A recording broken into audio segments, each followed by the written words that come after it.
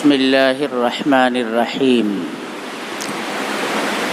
الحمد للہ رب العالمین والصلاة والسلام علی سید الانبیاء والمرسلین وعلی آلہ واصحابہ اجمعین اما بعد فقد قال اللہ تبارک وتعالی فی القرآن المجید والفرقان الحمید اعوذ باللہ من الشیطان الرجیم بسم اللہ الرحمن الرحیم لا اکراہ فی الدین قد تبین الرشد من الغی فمن یکفر بالطاغوت ویؤمن باللہ فقد استمسک بالعروة الوثقی لا انفصام لها واللہ سمیع علیم۔ صدق اللہ مولانا العظیم۔ وقال النبی صلی اللہ علیہ وسلم الدین النصیحہ او کما قال علیہ الصلاۃ والسلام۔ میرے محترم بزرگوں اور دوستوں، اللہ تبارک و تعالی کا فضل اور اس کا احسان ہے کہ اس نے ہم سب کو ایک ایسے مذہب کا پیروکار بنایا ہے جو مذہب نہایت صاف ستھرا، معتدل، متوازن اور انسانی فطرت کے ساتھ بالکل ہم آہنگ ہے۔ اس کے تمام اصول منصفانہ ہیں اور اس کے تمام تر نظام عادلانہ ہیں۔ آپ مذہب اسلام کی ہر طرف سے جانچ کر لیں اور ایک ایک گوشے کو پڑھ ڈالیں، کہیں پر بھی میرے محترم بزرگوں اور دوستوں کوئی لچک نظر نہیں آتی ہے۔ اسلام کو آپ عبادات کے پہلو سے دیکھیں گے، نہایت خوبصورت نظر آئے گا۔ اسلام کو معاشرتی اور سماجی پہلو سے پڑھیں گے تو اس سے اچھی تعلیمات اور ہدایات آپ کو کہیں پر میسر آنے والی نہیں ہیں۔ اور اسلام کو معاملات کے پہلو سے آپ دیکھیں گے تو جو ہدایات معاملات کے سلسلے میں باریک بینی کے ساتھ مذہب اسلام اپنے ماننے والوں کو عطا کرتا ہے، وہ آپ کو میرے دوستوں کہیں اور ملنے والی نہیں ہے۔ تجارت ہو، شادی بیاہ ہو، میرے دوستوں ہر پہلو سے مذہب اسلام آپ کو خوبصورت ہی نظر آئے گا۔ اسلام کی رواداری دیکھیں، اسلام کے عفو اور درگزر کے معاملات کو دیکھیں، اسلام کے دیگر مذاہب کے ساتھ تعلقات کو دیکھیں، تمام اعتبار سے انتہائی معتدل، انتہائی صاف اور ستھرا مذہب اسلام آپ کو نظر آئے گا۔ یہ اور بات ہے، اللہ تبارک و تعالی کسی کو مذہب اسلام کی پیروکاری کی توفیق عطا فرما دیتے ہیں، اور کوئی راندے درگاہ بھی ہوتا ہے اور وہ میرے محترم بزرگوں اور دوستوں انتہائی قابل رحم ہو جاتا ہے۔ اللہ تبارک و تعالی ہم سب کی حفاظت فرمائے۔ یہ مذہب اللہ تبارک و تعالی نے محض اپنی توفیق سے ہم کو عطا کیا ہے۔ اللہ اس کے اوپر ثابت قدم رکھے اور پوری استقامت کے ساتھ مذہب کو سماج کے اندر اپنی ذات کے اوپر نافذ کرنے کی ہم سب کو اللہ تعالی ہمت عطا فرمائے، حوصلہ عطا فرمائے۔ ہمیں میرے محترم بزرگوں اور دوستوں اس پر ناز کرنا چاہیے اور اپنے پروردگار کی توفیق مسلسل مانگتے رہنا چاہیے کہ اے اللہ، جس مذہب پر تو نے ہم کو ابھی باقی رکھا ہے اسی کے اوپر ہم کو ثابت قدم رکھ، اور مرتے دم تک اسی کے اوپر قائم اور ثابت قدم رکھ۔ مرتے وقت کلمہ لا الہ الا اللہ محمد الرسول اللہ صلی اللہ علیہ وسلم کو زبان سے جاری فرما دے، اس لیے کہ حضور پاک صلی اللہ علیہ وسلم نے ارشاد فرمایا کہ مرتے وقت جس کی زبان پر کلمہ لا الہ الا اللہ محمد الرسول اللہ جاری ہوگا وہ ایمان پر خاتمہ پانے والا کہا جائے گا، اور ایمان کے اوپر جس کا خاتمہ ہو گیا اس کی قبر کی منزل بھی آسان، اس کی حشر کی منزل بھی آسان، اس کی پل صراط کی گزرگاہ بھی بہت آسان، اور جنت کی نعمتوں کا وہ مستحق اور حقدار اپنے پروردگار کے فضل سے بن جائے گا۔ تو ہمیں اپنے پروردگار سے اس پر ثبات قدمی کی مسلسل مدد اور توفیق مانگتے رہنی چاہیے۔ میرے محترم بزرگوں اور دوستوں، اللہ تبارک و تعالی کی طرف سے جو عقیدہ توحید ہم سب کو ملا ہوا ہے، عقیدہ توحید یہ بہت بڑی بنیاد ہے۔ انسانیت کو صحیح رخ پر لانے کے لیے عقیدہ توحید جتنا انقلابی عقیدہ ہو سکتا ہے، کوئی عقیدہ اس کی برابری نہیں کر سکتا ہے۔ عقیدہ توحید کیا ہے؟ توحید کے معنی کیا ہیں؟ توحید کا معنی یہ ہے کہ اللہ تبارک و تعالی کو اس کی ذات میں، اس کی صفات میں، اس کے اختیارات میں، اس کی بندگی کیے جانے کے بارے میں تنہا اللہ تبارک و تعالی کو، میرے محترم بزرگوں اور دوستوں، ان چیزوں کا مستحق سمجھنا اور حقدار سمجھنا، یہ ہے عقیدہ توحید۔ اللہ اپنی ذات میں یکتا ہے، اس کا کوئی ثانی نہیں۔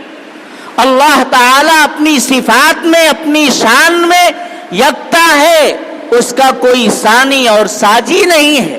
اللہ اپنے اختیارات میں میرے دوستو یکتا ہے، اس کا کوئی ثانی اور ساجی نہیں ہے۔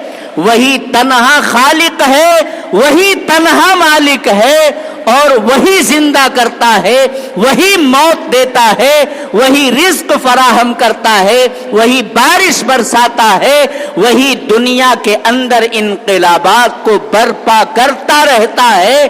یہ سب اس کے اختیارات میں ہے، اس کے قبضے قدرت کے اندر ہیں۔ کوئی اس کا ثانی، کوئی اس کا ساجی، اور کوئی اس کا اس بابت پارٹنر نہیں ہے۔ اور اگر یہ بات ہے تو پھر اسی کو یہ حق پہنچتا ہے کہ اس کے سامنے یہ انسانیت سجدہ ریز ہو۔ وَإِن مِّن شَيْءٍ إِلَّا يُسَبِّحُ بِحَمْدِهِ وَلَكِن لَّا تَفْقَهُونَ تَسْبِيحَهُمْ۔ اللہ تعالیٰ یہ کہتے ہیں، اے انسانوں سنو، زمین کو میں نے پیدا کیا، آسمان کو میں نے پیدا کیا، سورج چاند ستاروں کو میں نے پیدا کیا، بے شمار مخلوق کو میں نے پیدا کیا۔ ساری مخلوقات اللہ تبارک و تعالیٰ کی حمد و ثنا بیان کرتی ہیں، اس کی تسبیح اور تقدیس کے نغمے پڑھتی رہتی ہیں۔ یہ اور بات ہے کہ تم ان کے نغمات کو، ان کے ترانوں کو، ان کی عبادات کی بولوں کو سمجھنے سے عاجز ہو اور قاصر ہو۔ وَإِن مِّن شَيْءٍ إِلَّا يُسَبِّحُ بِحَمْدِهِ وَلَكِن لَّا تَفْقَهُونَ تَسْبِيحَهُمْ۔ اللہ کی تسبیح، اللہ کی تحمید میرے دوستو کائنات کا ذرہ ذرہ کرتا ہے۔ ہم اور آپ ان تسبیحات کو سمجھ نہیں پاتے، تو جس کے لیے یہ پوری کائنات بنائی گئی ہے، یہ زمین اور آسمان بنایا گیا ہے، اس کو تو سب سے پہلے آگے بڑھ کر کے اپنے پروردگار کی تسبیح اور تقدیس بیان کرنے کی ضرورت ہے کہ نہیں ہے؟ انسانوں کو سب سے زیادہ آگے بڑھ کر کے اس میدان میں آنے کی ضرورت ہے کہ جس خالق نے ہمیں پیدا کیا ہے، جس مالک نے ہمیں برپا کیا ہے، جس نے ہمیں روزگار دیا ہے، جس نے ہمیں زندگی کے تمام سامان فراہم کیے ہیں، اس کی پرستش، اس کی پوجا، اس کی عبادت، اس کے سامنے سجدہ ریزی کا تسلسل یہ ہونا چاہیے۔ میرے محترم بزرگوں اور دوستوں، یہ ہر انسان کی ضرورت ہے۔ اللہ تعالی تنہا عبادت کا مستحق ہے، وہی بندگی کے لائق ہے۔ جہاں میرے محترم بزرگوں اور دوستوں اس عقیدہ توحید سے اللہ تبارک و تعالی کی عظمت، اس کی بڑائی، اس کی بزرگی، اس کی برتری ہمارے دل اور دماغ کے اوپر نقش ہوتی ہے، وہیں اس عقیدے سے انسان کو اپنا مقام اور اپنا مرتبہ پہچاننے کے لیے بھی راہ ہموار ہوتی ہے۔ اتنا عظیم شہنشاہ، اس نے یہ کہا ہے کہ ہم نے انسان کو اپنی عبادت کے لیے پیدا کیا ہے۔ میرے دوستو، ہم اور آپ دیکھتے ہیں دنیا کے انسان جو معمولی سا منصب پا جاتے ہیں، معمولی اس لیے کہہ رہا ہوں کہ دنیا کا کوئی منصب اور کوئی مقام غیر معمولی ہے ہی نہیں۔ آج آپ برسرے اقتدار ہیں، کرسی کے اوپر براجمان ہیں، کل آپ کو کرسی سے اتار کر کے پھینک دیا جاتا ہے۔ تو کیا ہے یہاں کا منصب، کیا ہے یہاں کا مقام؟ یا آپ تا حیات اگر اس کرسی کے اوپر بنے رہتے ہیں تو آخر کتنے دن کی زندگی ہے آپ کی؟ کتنے دن تک آپ اس کے اوپر بیٹھے اور ٹکے رہ سکتے ہیں؟ ایک دن تو آئے گا کہ آپ کو اس دنیا سے جانا پڑے گا، رخصت ہو جائیں گے۔ اس لیے دنیا کا کوئی بھی مقام، دنیا کا کوئی بھی منصب، دنیا کا کوئی بھی مرتبہ، چاہے آپ ہفت اقلیم کے مالک بیک وقت بن جائیں، وہ بھی غیر معمولی منصب نہیں ہے، وہ معمولی ہے، کوئی معنی نہیں رکھتا ہے۔ اللہ تبارک و تعالی کی شہنشاہیت، اس کی ملوکیت اور اس کی بادشاہت کے سامنے دنیا کی میرے محترم بزرگوں اور دوستوں تمام تر سلطنتیں، مملکتیں اور بادشاہتیں یہ ہیچ ہیں، پاسنگ بھی نہیں ہیں، کوئی معنی اور کوئی حقیقت نہیں رکھتی۔ اللہ تبارک و تعالی کی بزرگی کا تصور میرے دوستو عقیدہ توحید سے ہمارے دلوں کے اندر مرتسم ہوتا ہے، راسخ ہوتا ہے اور جم جاتا ہے، اور اسی سے ہمیں اپنی حیثیت کا بھی اندازہ لگتا ہے، اپنے مقام کا بھی پتہ چلتا ہے کہ اللہ تبارک و تعالی نے ہمارے لیے یہ کائنات بنائی ہے، یہ زمین، یہ آسمان، یہ اتنا بڑا دنیا کا سیارہ اللہ تبارک و تعالی نے اس کے اندر کی تمام نعمتیں ہماری نفع رسانی کے لیے پیدا کی ہیں۔ انسان میرے محترم بزرگوں اور دوستوں اللہ سے مربوط ہو کر کے جتنا زیادہ فخر کرے، جتنا زیادہ ناز کرے کم ہے۔ معمولی صاحب منصب و اقتدار کا ایک آدمی پی اے بن جاتا ہے، اس کا گارڈ بن جاتا ہے، نگراں بن جاتا ہے، اس کے در کا چپراسی بن جاتا ہے، تو وہ اپنے آپ کو غیر معمولی حیثیت کا حامل سمجھنے لگتا ہے، اور لوگ اس کے سامنے لا کر کے اپنی فریادیں رکھتے ہیں کہ اپنے صاحب سے ذرا ہمارا کام کروا دینا۔ ہوتا ہے کہ نہیں ہوتا ہے؟ دنیا کے معمولی سے صاحب اقتدار کے ماننے والوں اور ان کے آس پاس کے لوگوں کو منایا جاتا ہے اپنا کام بنانے کے لیے، تو کیا میرے محترم بزرگوں اور دوستوں ہمیں اپنے پروردگار کے ان برگزیدہ بندوں کو منانے کی ضرورت نہیں ہے؟ ان کے سامنے اپنا زانوے تلمس طے کرنے کی ضرورت نہیں ہے جو اللہ کے برگزیدہ ہیں۔ اللہ ان سے محبت کرتا ہے، اللہ انہیں اپنی رضا کا پروانہ دیتا ہے، وہ کون ہے؟ میرے محترم بزرگوں اور دوستوں، وہ سب سے پہلا طبقہ تو انبیاء کرام کا طبقہ ہے، اور انبیاء کرام میں فخر موجودات جناب محمد الرسول اللہ صلی اللہ علیہ وسلم کی ذات اقدس میرے دوستو اللہ تبارک و تعالی کا قرب اور نزدیکی پانے میں سب سے آگے ہیں۔ اللہ تبارک و تعالی نے انہیں معراج کی شب میں اپنا ایسا قرب عطا کیا کہ کائنات کی کسی بھی مخلوق کو، بڑے سے بڑے مقرب فرشتے کو بھی وہ قرب میرے محترم بزرگوں اور دوستوں حاصل نہیں ہو سکا۔ ہم اپنے نبی کی پیروی کریں، انبیاء کرام کے وارثین، علماء، دعات، مبلغین، اللہ کا کام کرنے والے اور اس کے نظام کے نافذ کرنے والے، اس کی منشا کو دنیا کے اندر بتانے والے، ان کو تلاش کرو، ان کی جستجو میں لگو اور ان سے اپنا راہ و رسم بناؤ، اپنے تعلقات کو استوار کرو۔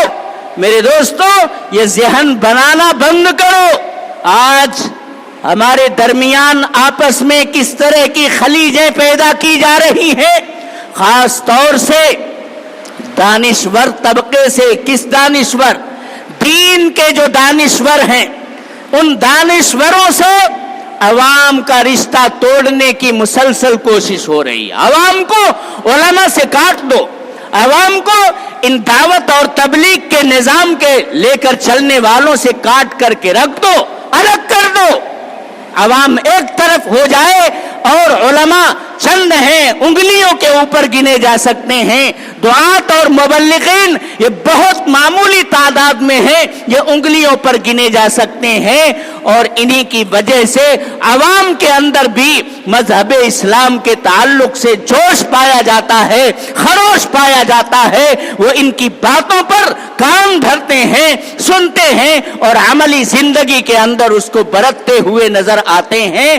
علماء سے کاٹ دو، داعیوں سے کاٹ دو، مبلغین سے کاٹ دو، نیک سیرت لوگوں سے کاٹ دو، مذہب اسلام کے نمائندوں سے عوام کو کاٹ دو، اور پھر دنیا کے اندر انارکی پھیلانے کا، روشن خیالی کا یہ رواج عام ہو جائے گا، اور مذہب اسلام یہ ٹمٹماتے چراغ کی طرح سے رہ جائے گا، اس کی کوئی حیثیت اور حقیقت نہیں رہ جائے گی۔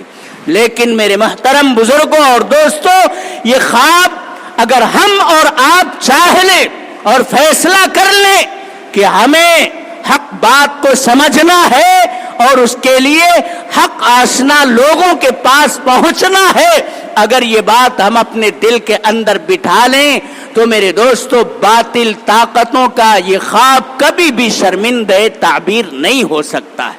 اللہ تبارک و تعالی ہم سب کو ایک دوسرے کے ساتھ پیوست ہو کر کے، مل جل کر کے، اتحاد اور اتفاق کے ساتھ مذہب اسلام کی نمائندگی کو اور اس کے نظام کے دعوت دینے کی اور تبلیغ کرنے کی توفیق مرحمت فرمائے۔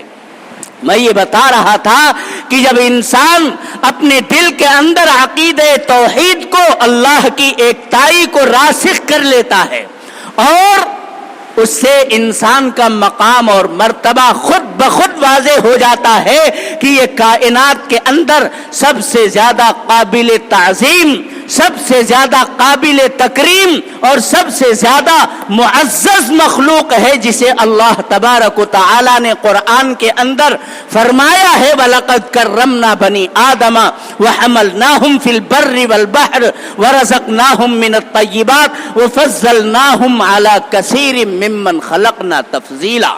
یہ بات بالکل واضح ہو جاتی ہے کہ انسان تمام مخلوقات کے اندر امتیازی شان رکھتا ہے، اپنی ایک شناخت رکھتا ہے، یہ اللہ تبارک و تعالی کی بندگی کرتا ہے، اپنے شعور سے، اپنے عقل سے جناب محمد الرسول اللہ صلی اللہ علیہ وسلم کی تعلیمات اور ہدایات ہی کو دنیا کی فلاح اور بہبود کا ذریعہ اور آخرت کی نجات کا ضامن سمجھتا ہے۔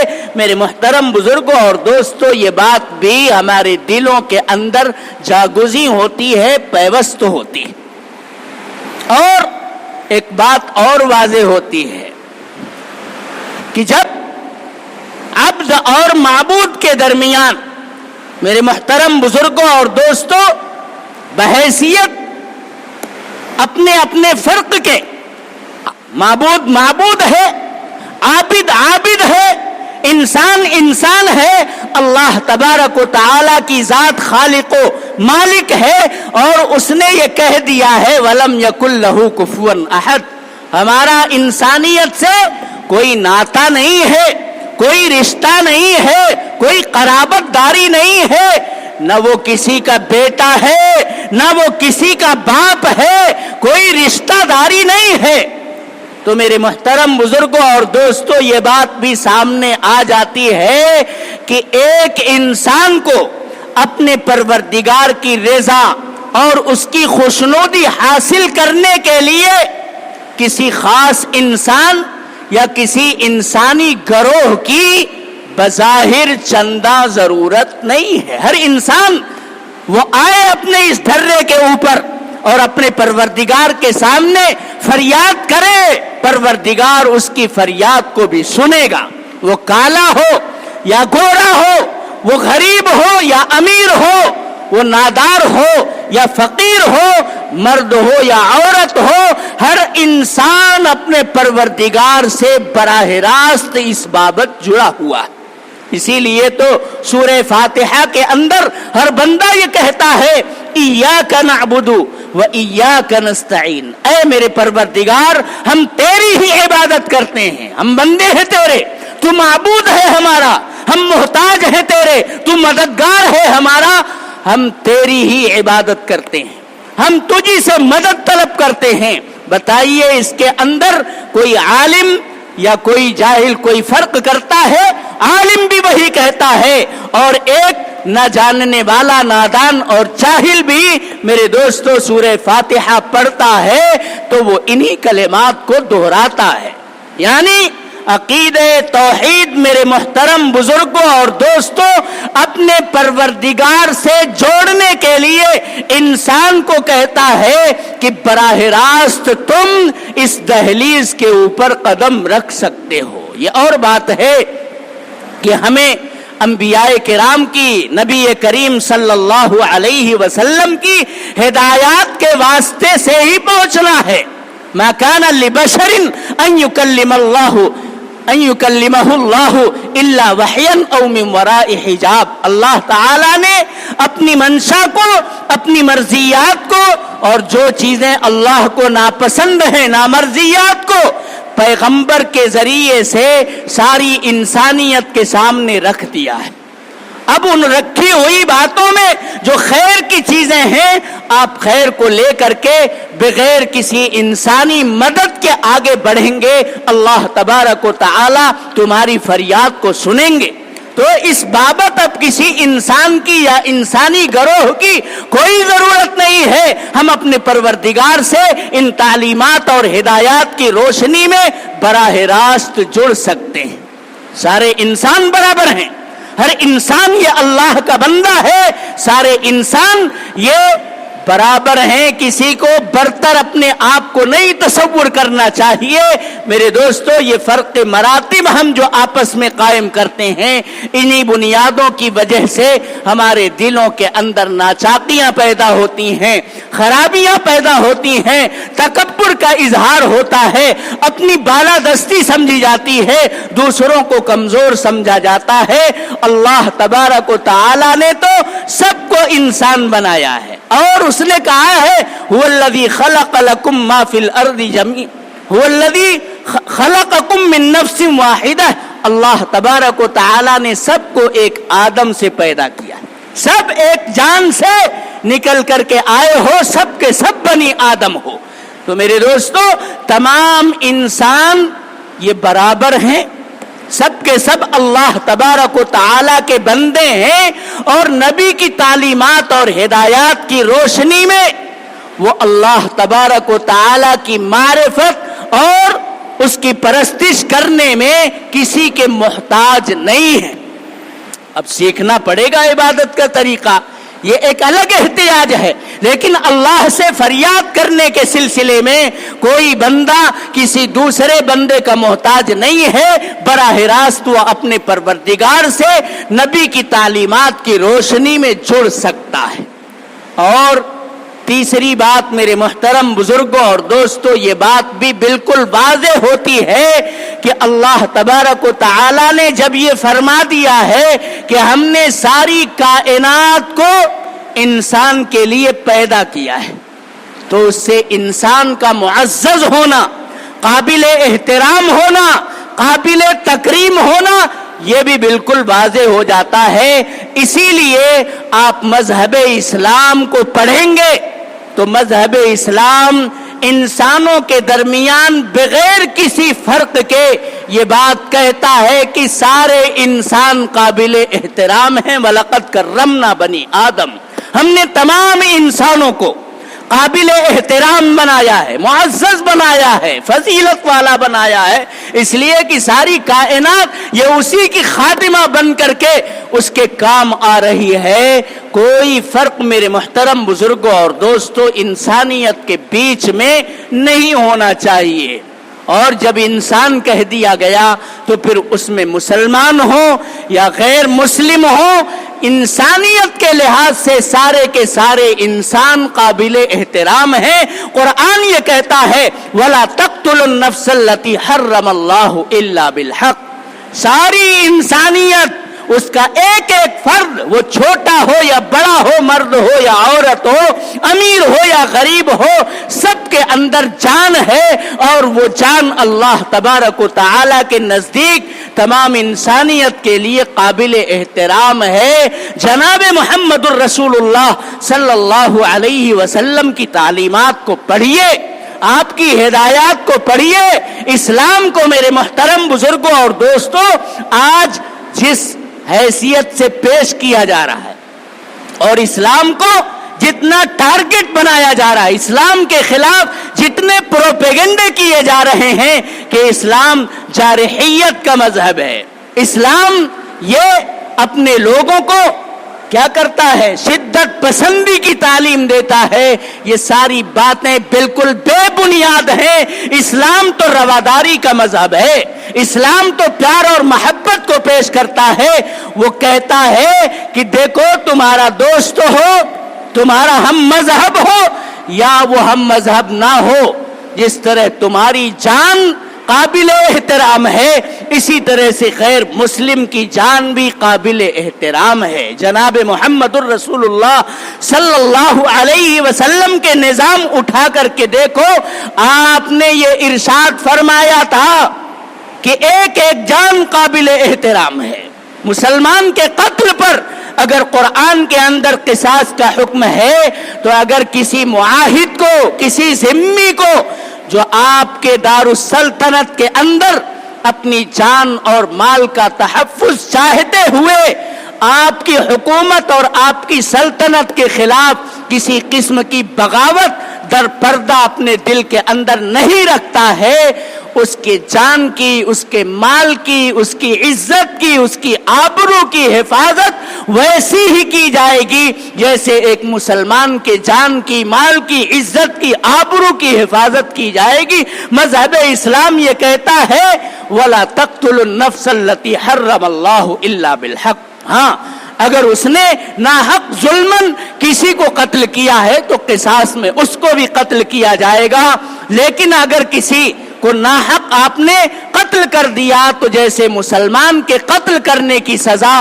قصاص ہے، ایسے ذمی اور معاہد کے قتل کی سزا بھی جناب محمد الرسول اللہ صلی اللہ علیہ وسلم نے یہی رکھی ہے۔ اسلام سے زیادہ رواداری، اسلام سے زیادہ امن و امان، اسلام سے زیادہ پیار اور محبت کا سر اور پیغام میرے محترم بزرگوں اور دوستوں اور کہاں ملنے والا ہے۔ اس لیے ہمیں اپنے پروردگار سے فریاد کرتے رہنا چاہیے کہ اے اللہ، جو صاف ستھرا، خوبصورت اور کھلتے ہوئے پھول کی طرح سے مذہب آپ نے ہمیں میسر فرمایا ہے، اسی کے اوپر ہمیں ایک ایک سانس ختم کرنے کی توفیق مرحمت فرمائیے، اور مرتے دم اپنا کلمہ ہماری زبان پر جاری فرمائیے، اور دل کے اندر اس کی تصدیق ہمارے موجود رہے۔ یہ اپنے پروردگار سے میرے محترم بزرگوں اور دوستوں ہمیں مانگتے رہنا چاہیے۔ اللہ تبارک و تعالی ہم سب کو مذہب اسلام کے تئیں حساس ہو کر کے زندگی گزارنے کی توفیق عطا فرمائے، اور دین کی تعلیم کے میدان میں، دین کی دعوت اور دین کی تبلیغ کے میدان میں ہم سب کو اپنا اپنا سرمایہ، اپنی جان، اپنا مال قربان کرنے کی توفیق عطا فرمائے۔ وآخر دعوانا ان الحمد للہ۔